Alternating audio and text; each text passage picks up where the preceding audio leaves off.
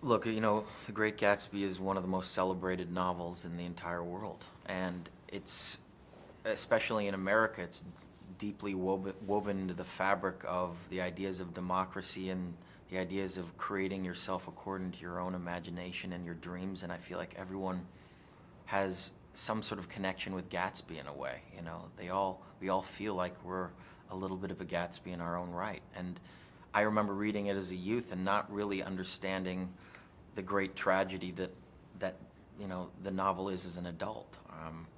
I remember seeing it as sort of a traditional love story, but in a lot of ways, it's not a love story at all. It's about it's about the corruption of the society that we lived in at that time period and continues to go on and throughout the rest of the world, greed and wealth and the ideas of becoming somebody in a society that is corrupt in a lot of ways. And Jay, only feels like he can hold Daisy's hand if he becomes a multi-billionaire. And he doesn't realize the woman that Daisy is. She's still this green light, she's still this manifestation of his dreams.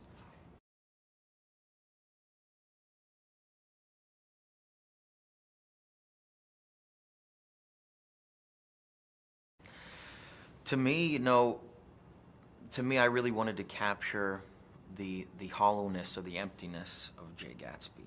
And I remember, like I said, reading him as a youth and seeing this very suave billionaire that had everything under control, but the immense sadness and the tragedy that he represents was something that I didn't quite connect with as a youth.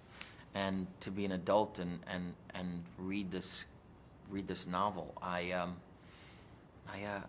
for the first time feel like I can not only connected with him but understood him, and I really wanted to put a Gatsby up on screen that hopefully portrayed a lot of the nuances and complexity of this very celebrated character. Hopefully I did it justice.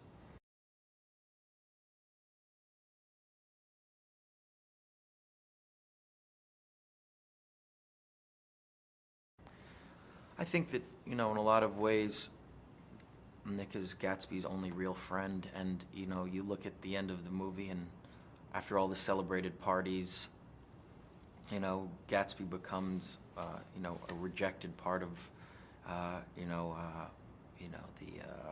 of page 6, and nobody wants to go to his parties anymore. Nobody wants to show up to his funeral, and he has no real friends. And Nick has this real sort of fascination with this guy. He sees the corruption of wealth in this world in the 1920s in New York, in that time period in New York, and sees this sort of blue blood royal hierarchy going on. And Gatsby, he feels like is a part of that world, and he realizes that he's the only one with any real intentions or good intentions, or did things for the right reasons. And he connects and is fascinated with Gatsby, and is the only one at the end of the day that is a true friend to him.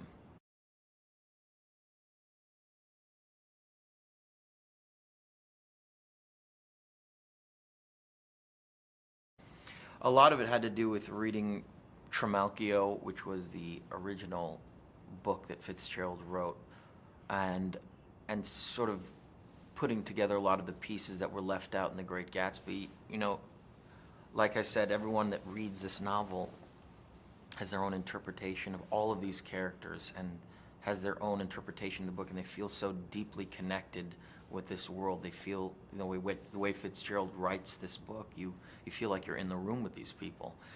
So it's a big challenge to try to do a film wherein you have to be much more specific about your portrayal of the characters and the world that Fitzgerald wrote. So Trimalchio was a great help to us in connecting a lot of these different pieces, because as a novel, what makes The Great Gatsby so great is what is taken out. It's what's edited and what's left for the interpretation of the reader. So for us, it was about going deeply into what Fitzgerald intended and trying to bring some of that out again for a lot of scenes that, sort of trail off. And, for example, the plaza sequence sort of just trails off and it says Gatsby muttered some words to Daisy in the corner, and everything sort of dissipated, and all of a sudden everything disappeared.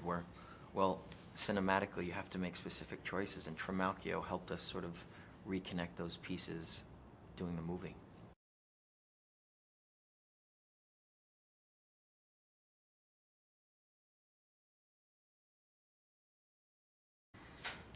Well, we met a lot of different girls for that role, and Daisy's an incredibly complex character because she's not only this youthful ideal of innocence and youth in Gatsby's eyes, but she turns out to be a very morally corrupt person, and Gatsby doesn't see it. The audience sees it, everyone else sees it, but Gatsby's fixated on this idea, this angelic image of who Daisy Buchanan is, and we needed an actress that could capture both of those things, that great duality.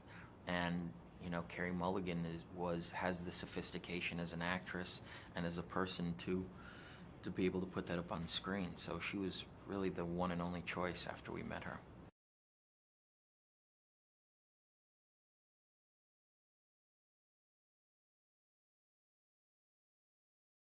It was. Besides Toby and Carey and myself, the entire cast was really Australian.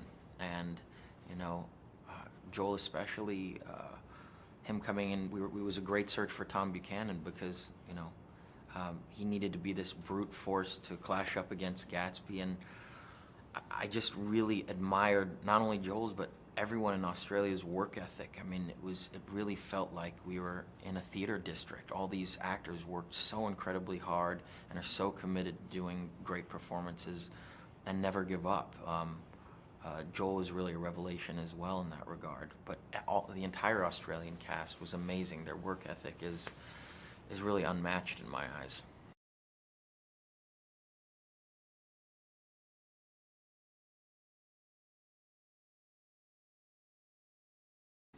I've always known Baz as a Gatsby type in a lot of ways. He's this great dreamer. He's a man that is really created his own life according to his own imagination.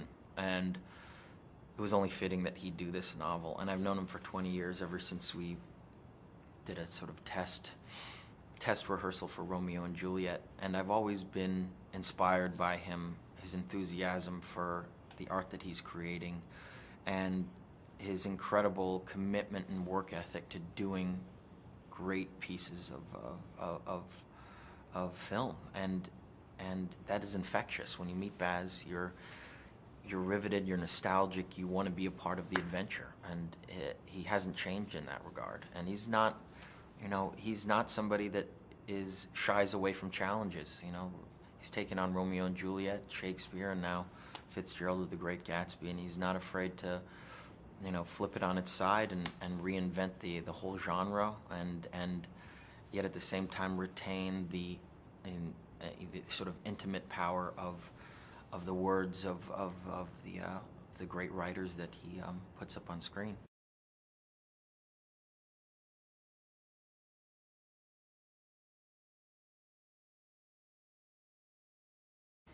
What I was most proud of is as much as the world was recreated, and as much as Baz infused hip hop and all kinds of other different elements that connect with a modern day audience. At the end of the day, he was committed to, and we were all committed to, trying to give the best version of The Great Gatsby according to Fitzgerald's words that we possibly could. And that was the first conversation that we had. That's going to be the Bible, and the process for us was getting as close to Fitzgerald's true intent for these characters as we possibly could, and then that would remain consistent throughout the entire filming. So in a lot of ways, I'm very proud of the movie. I think that we got very close, as close as we possibly could, to doing the novel justice.